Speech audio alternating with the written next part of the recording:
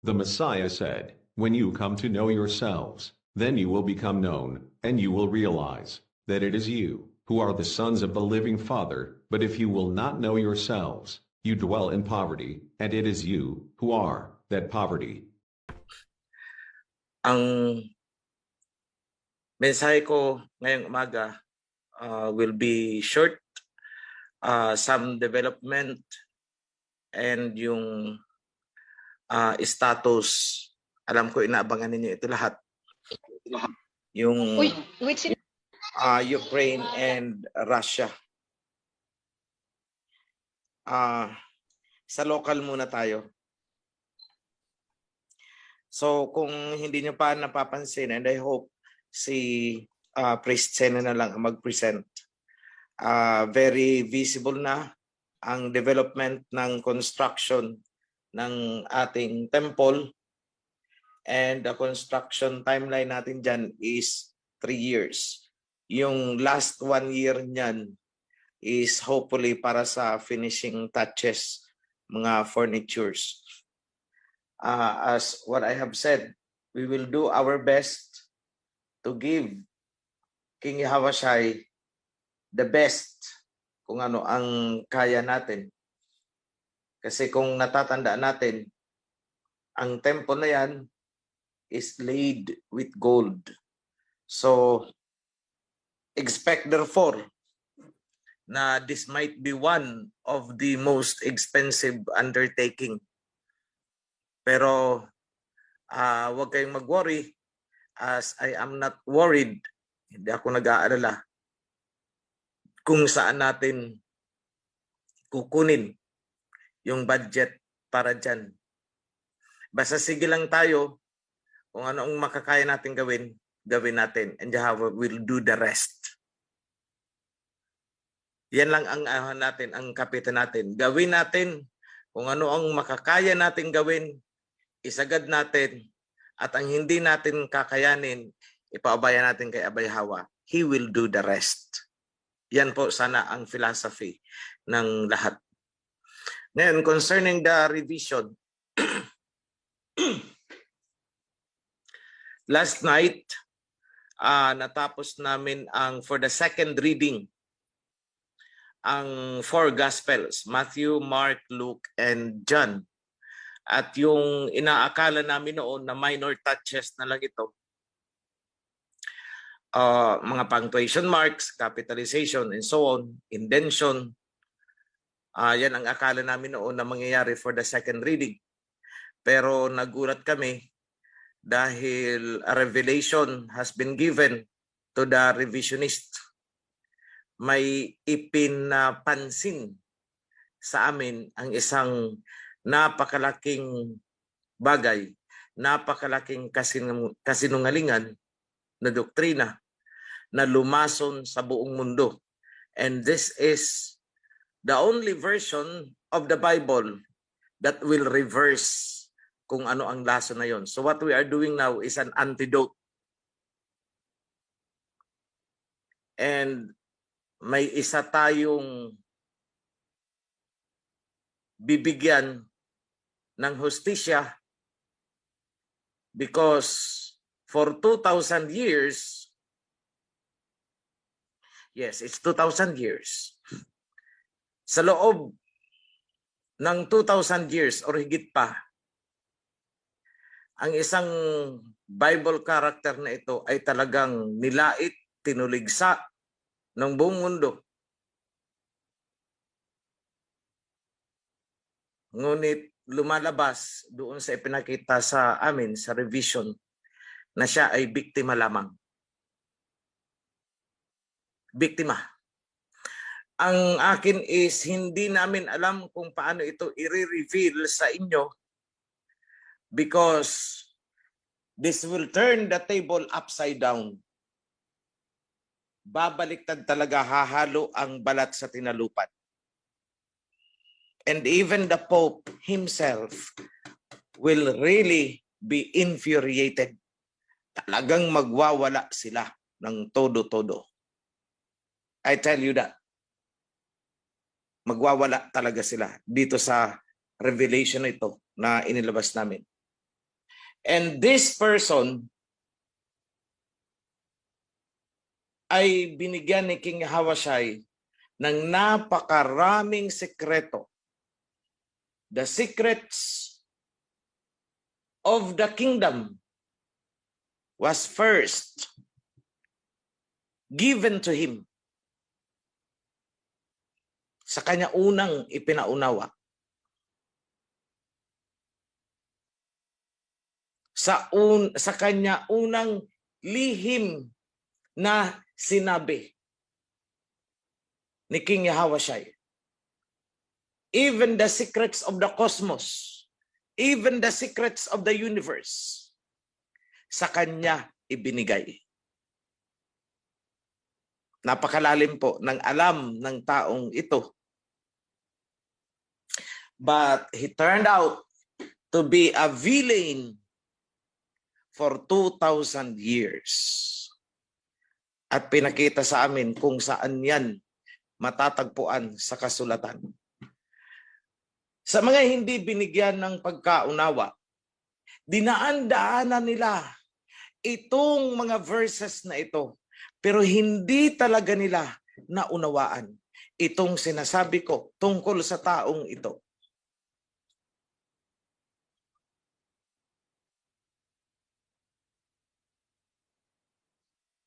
So, pinag-initan talaga ito. And he was killed. Pinatayan. Because he knows the secret of the heavenly kingdom. Hindi ba't ayaw ipalam ni Messiah Ahasuerus na nanatiling lihim kahit ang ating Messiah ay nagpipreach noon? Laging parable lang ang kanyang sinasabi. Laging parable lang ang kanyang ibinibigay sa mga tao para marinig man ng mga Pariseo, marinig man ng mga Romano na sumakop sa kanila, hindi pa rin nila mauunawaan, hindi nila makukuha ang sekreto ng kingdom. At dito sa taong ito, ibinigay, kaya siya ay pinatay. He was killed.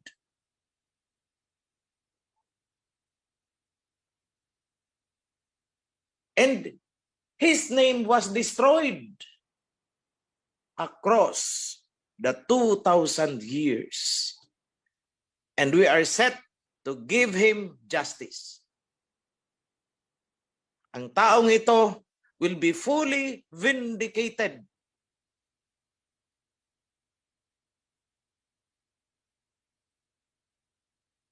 Hintay-hintayin nyo lang, mga kapatid.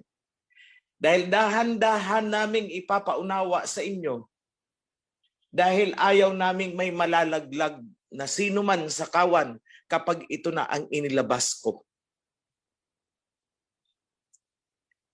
Kung nung inilabas ko ang sekreto tungkol sa sinasabi nilang Holy Spirit, ang daming nalaglag. How much more pag ito na ang inilabas ko?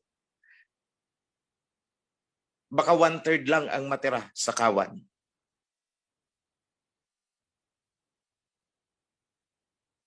Kasi kayo ay napaniwala na ang taong ito ay ganito at ganon at ganere at ganon.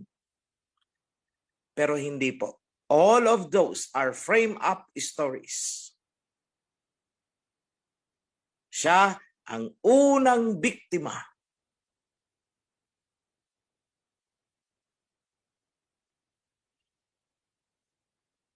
Just like John the Baptist, mas masahol pa ang inabot ng taong ito kay John the Baptist. Kasi si John the Baptist pinatay, hindi sinira ang kanyang pangalan. Pero itong isang ito, pinatay na, sinira pa ang pangalan. You will know that very soon. At nakita namin lahat ang palatandaan sa 4 Gospels hanggang sa Acts. No wonder. Itong Pope na ito ay nag-initiate ng project I like this, okay? na i-revise ang Bible. Di ba sinabi ko na yan sinabi ko na yan sa isang video ko that the Pope is going to revise the Bible. Hindi yata nila maayos-ayos at napakalaking kahihiyan if they retract it. So therefore, i-junk nila ang Bible, the entire Bible. Dahil ang sabi nila, obsolete na daw. Well, tama. From the very beginning, ginawa nila itong obsolete. Para ang kaalaman natin ay obsolete. But no, the truth will always prevail. And it is prevailing now. This is the conquest. Ito yung laban na ginagawa ko ngayon. That's why, pasensya na muna kayo. If I could not personally attend sa mga meetings, hindi man ako makabisita dyan, as I used to do dyan sa Kasile, owing for security reasons na din.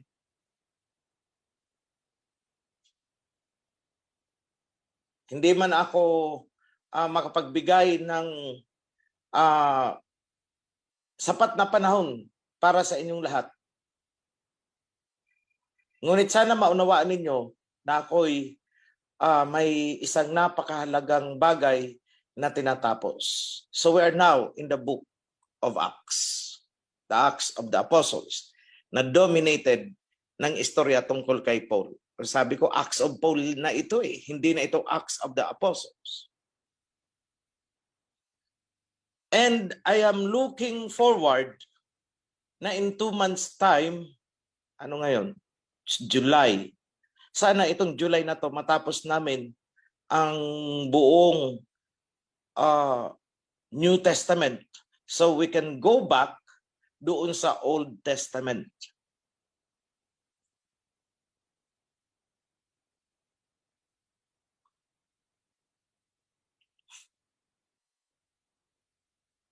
And this, the truth, will set us all free. Mayayanig talaga. Hindi lang ang mga local na relihiyon, hindi na itong relihiyon dito. But the Vatican itself, mayayanig sila sa ilalabas natin. Surely. Dahil magkiklaim-claim na naman nito, sasabihin kami ang nag-release niyan. But no.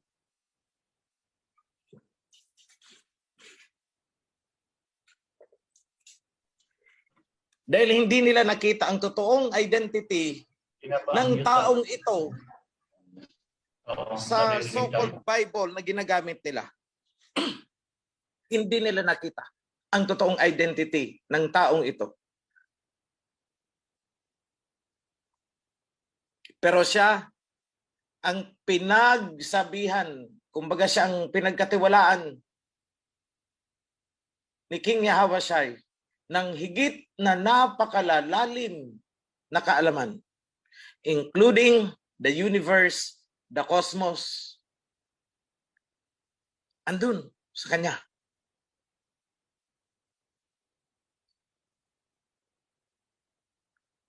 Nakakalungkot lang na ang kanyang mga sinulat ay hindi naisama nung nag-canonize ang Vatican nitong Bible na hawak natin ngayon. Hindi napasama.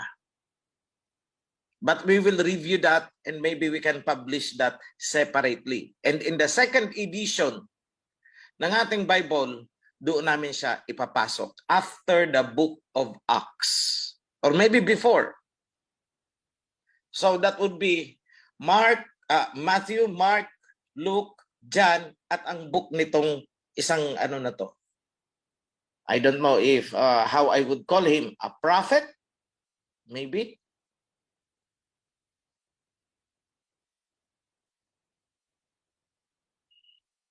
As of this time, let us regard it that way. Pero hindi siya prophet kasi personal na sinabi sa kanya, binigay sa kanya ng Messiah Hawashai, ang mga lihim na kaalaman tungkol sa heavenly kingdom. At yun ang isa sa nakikita naming dahilan kung bakit siya pinatay. Dahil hindi niya i-release ang kaalaman na yun. Ipinalihim sa kanya yon ni King Ahasuerus. Bakit? Kasi hindi pa napapanahon eh. Ang category ng alam ng taong ito is almost, hindi naman papantay kay John Revelator, pero almost close to that. So di ba, ayaw ipaalam ng Messiah Hawashai yung secret of the kingdom, hindi niya pinapaalam. Kaya nga nung siya ay sinabihan ni Pilato na, so you are a king. Ang sagot niya, ikaw ang may sabi niyan. Kasi tinanong ni Pilato, where is your kingdom? Ang sagot ni Messiah Hawashai, yung sinasabi niya na my kingdom is not of this world. Ang actual na sinabi niya is, my kingdom is in a distant place and time. Ang kahiraan ko ay nasa malayong lugar at malayong panahon. Tingnan niyo ang hiwaga ng salitang yan. My kingdom is in a distant place and time. Place and time na napakalayo.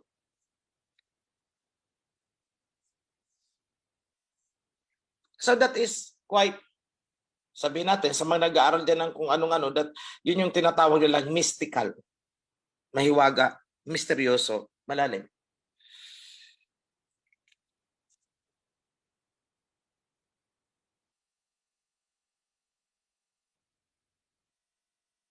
From a distant place and time. So yun ang alam ng taong ito. At nung ayaw niya i-divulge, siya ay pinatay.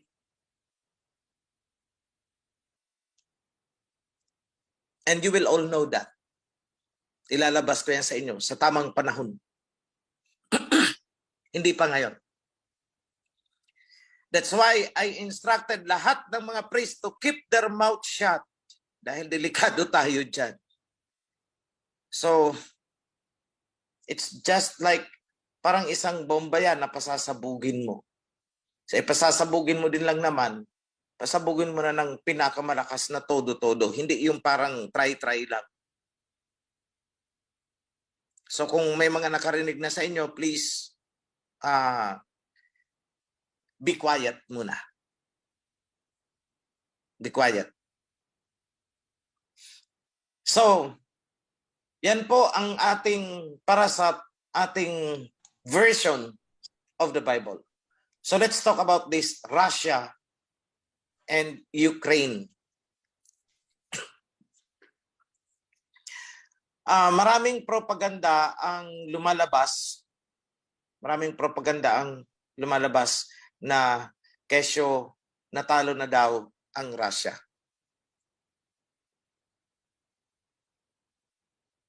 Isinuko na daw ang Snake Island. Okay, fine. Dahil nag-retreat na ang mga Russians doon, umalis na sa Snake Island. Pero kung matalino sila, sana naisip nila bakit? Bakit pinaalis ni Putin?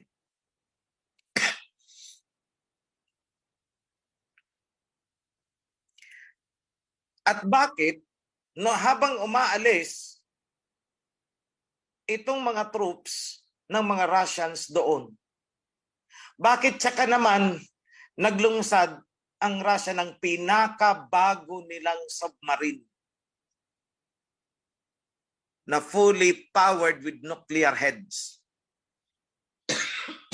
Nag-iisip ba kung anong tumatakbo sa isip ni Putin?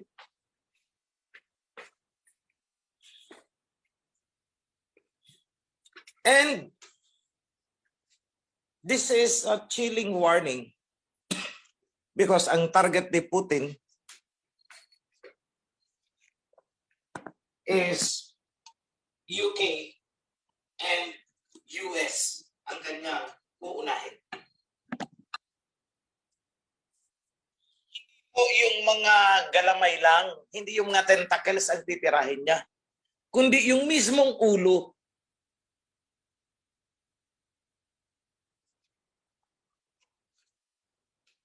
So if you have time, kayong mga nandyan sa mga lugar na yan, if you have time to make application, bakasyon kaya muna kayo dito. After all, kung hindi matuloy, edi mas maganda, bumalik na lang kayo. Eh kung matuloy, what will happen to you?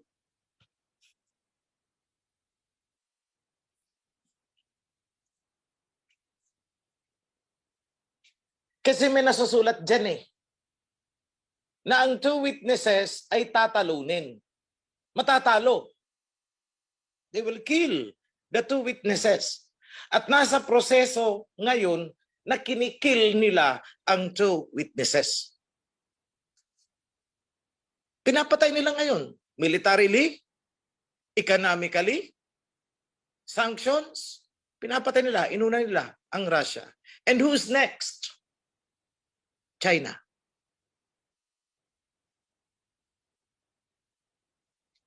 So that is the strategy of Satan.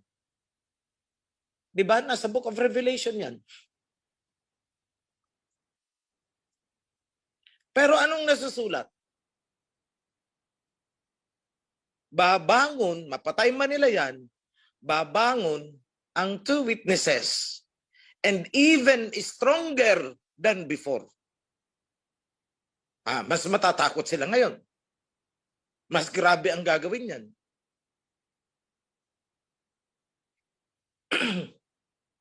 At sinimulan na nilang atakihin din mismo, although fire daw, pero this is a sabotage actually, ang nakikita ko dito. It's a sabotage.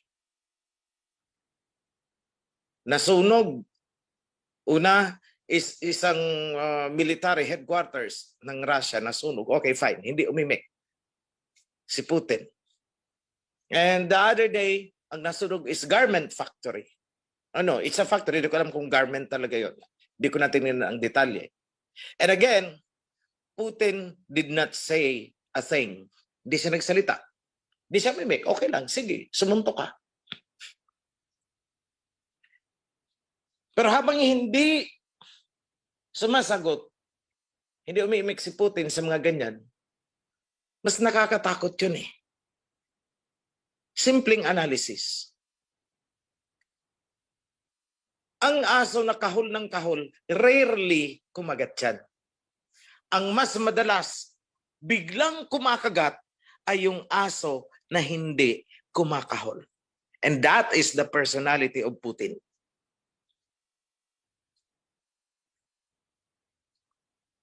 Hindi siya kahol ng kahol. Samantalang ang EU, kaliwat kanan, kahol ng kahol, para silang mga aso ang iingay. But Putin is silent. India is silent. China is silent. Pero their actions are very loud.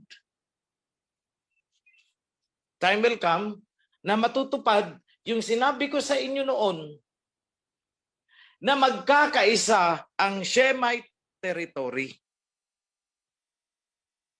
At nagulat ako, hindi lang pala Shemite ang sasama eh. Yung dating inaapi-api ng West, Argentina, Cuba, is now applying for membership sa BRICS. So anong susunod dyan? The neighboring countries, yung mga kapitbahay niya. And that will include Venezuela.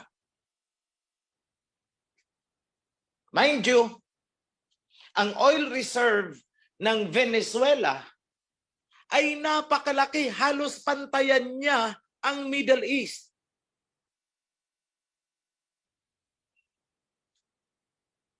O ngayon, yung Egypt yata kumakatok na rin sa BRICS. Thank you sa information. Sunod-sunod na yan.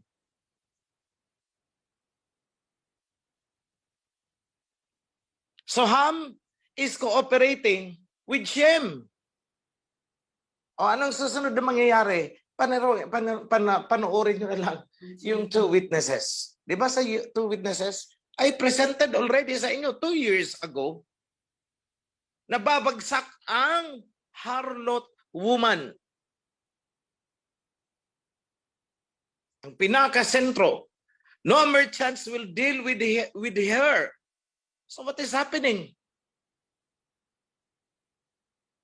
Sinubukang ligawan ni Biden ang African Union. So humigit, alam ko, more than 50 yan, 54 yata. Kahiyaan na lang siguro, hinarap siya ng 4. The rest, inisnab siya. No, it's not Biden, it's Zelensky. Inisnab siya. And Biden is now being snubbed also ng Middle East. Eh syempre, in the diplomatic world, hindi naman yan hayag-hayagan talaga. Medyo diplomatic nga. Nakangiti pa rin sila kahit nag-iisnaban. That is how they do it.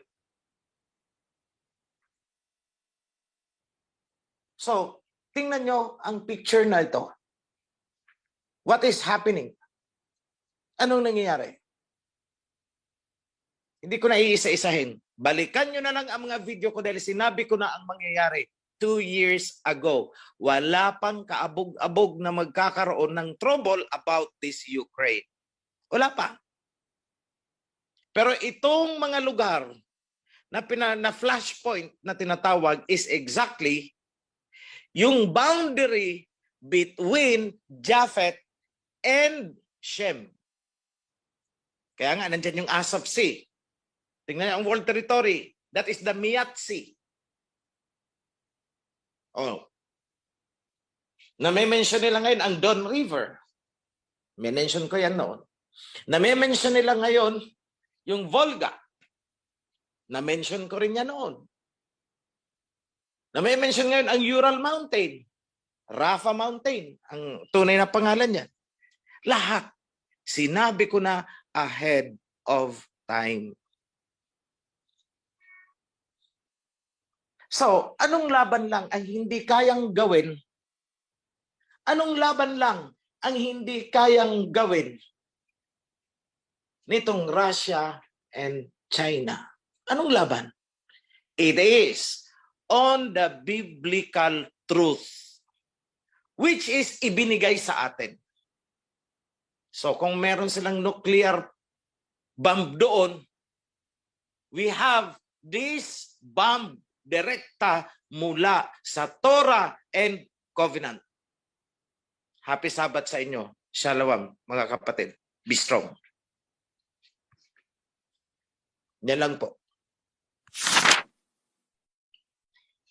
Okay, from FB Live. Sa chat box yata. Okay. Happy Sabbath po sa lahat. May tanong po ako about the Revelation, chapter 7, verse 2. Then I saw another angel coming out from the east, having the seal of the living Alahayam. He called out in a loud voice to the 4 angels who had been given power. Okay, ano po ang tanong po ninyo?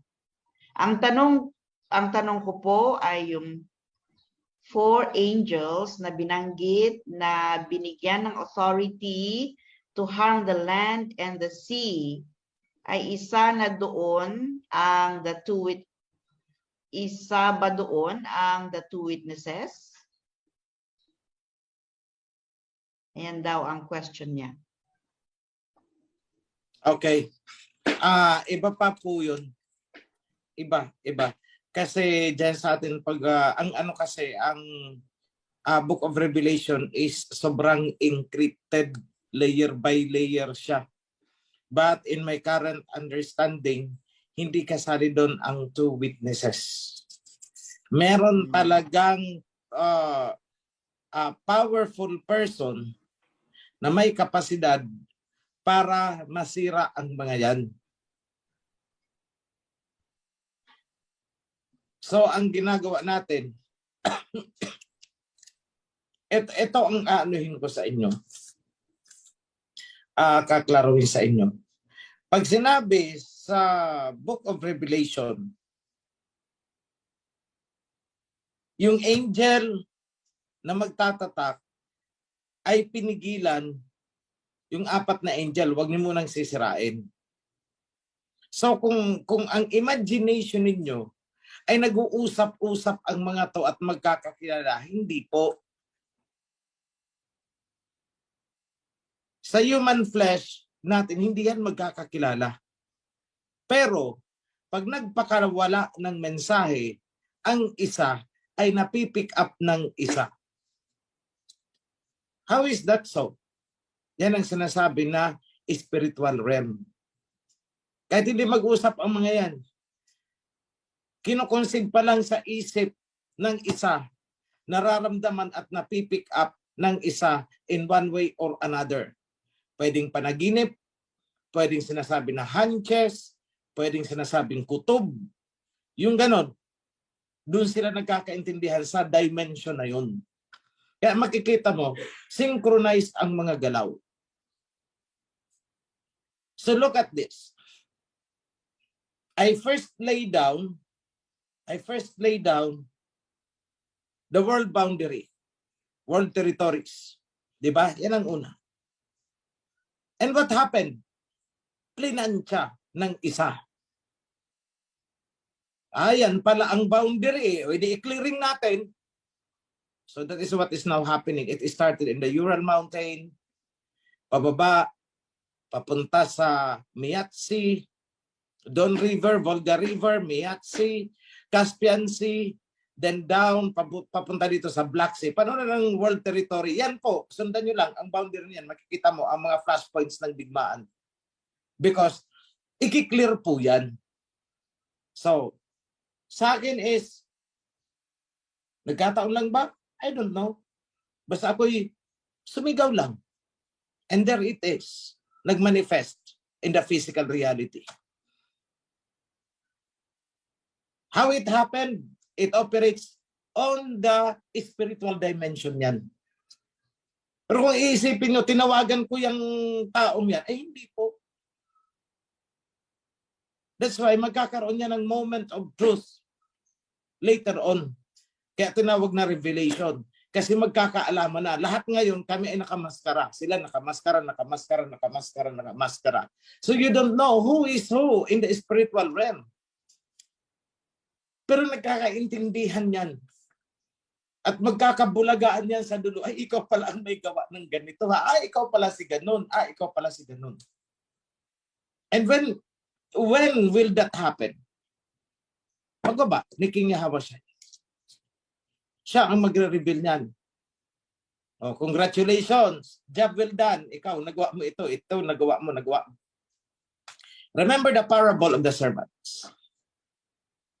Magkakaroon niya ng reckoning. So yan lang po, mga kapatid, ang may sasagot ko. So right now, these revelations are warnings to prepare us. At least hanggang dyan sa level na yan, alam ninyo, okay na yan. But the deepest secrets, actually, hindi na kailangan kung tutusin. Bakit? Kasi sa panahon ng 12 apostles, ang alam ni Pedro, hindi alam ng iba. Ang alam ng iba, inilingid kay Pedro. No one among the apostles knows everything. Wala. Bawat isa ay may natataging kaalaman na ibinigay sa kanya. Pagharap ng Messiah dito sa isa, kakausapin, iba naman ang i-reveal sa kanya. Pagdating dito sa isa, iba ang i-reveal. And they will work as one. Ganun po yun. Kasi kung ibabagsak ni Messiah Hawasay lahat ng kaalaman sa isa, eh paano kung namatay yung isa na yun? Di ba? Just like Matias. Ang kaalaman ni Matias, hindi pwedeng ipantay kay Pedro. Ang kaalaman ni Pedro, hindi pwedeng ipantay kay Matias. They possess different knowledge. Iba-iba ang mga revelation sa kanila.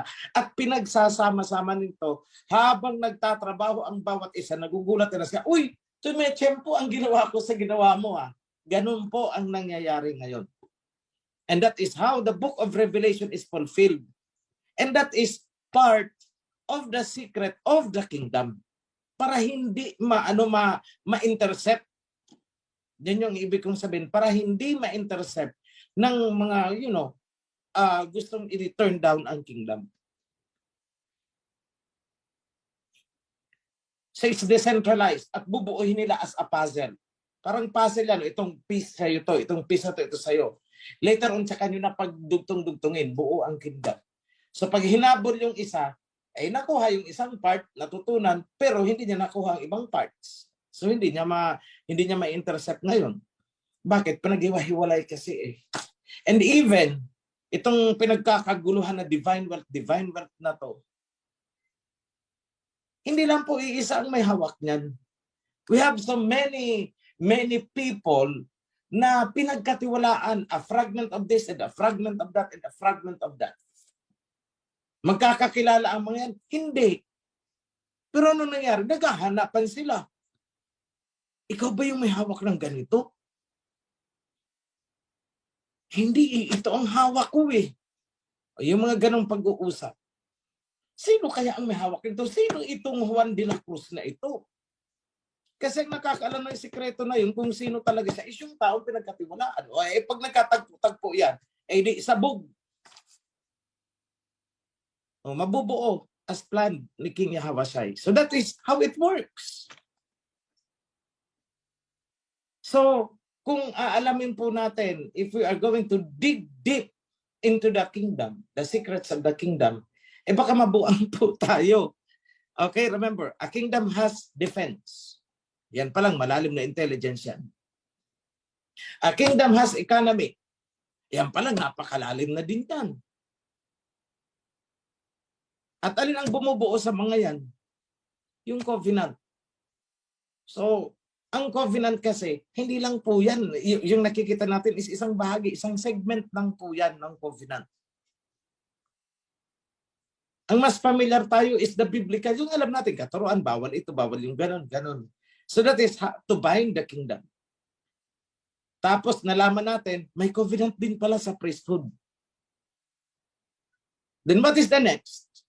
Ano yung covenant para sa mga kafir holders, mga gatekeepers? Ano yung covenant sa kanila? Sa mga ingat yaman na yan, mga pinagkatiwalaan, yung mga eunuchs na yan, anong covenant sa kanila? Kasi sa book of Isaiah, may kunting mention na even the eunuchs, I will write a memorial in the wall. Alam natin yon? Hindi. Hindi alam ng population at large yun. Hindi alam ng mga kawan yun. That is a very top confidential information. Na nagpasalin-salin, ibinubulong na lang yan. Kadalasan mismong pamilya hindi alam yung tatay pala nila ay ang isang pinagkatiwalaan. Kung kailan naghihingalo na tsaka ibinulong sa anak na panganay, doon lang. With habili na, wag mong sasabihin niya not until the time na ganito. So hindi siya magsasalita. Pagdating ng panahon na yun, ibubulong niya na naman sa next generation. Ibubulong sa susunod ang mga sekreto na andyan. Kailan namin ito gagawin? May darating na mensahero. Yun ang abangan nyo. Kapag lumitaw ito, at ito ang sinasabi, that is the signal. So yun lang po, mga kapatid. As for me, hindi ko kilala ang mga taong yan. Sa totoo lang, aminin ko sa inyo, I don't know them. Ayan si Aba. Hindi ko sila kilala.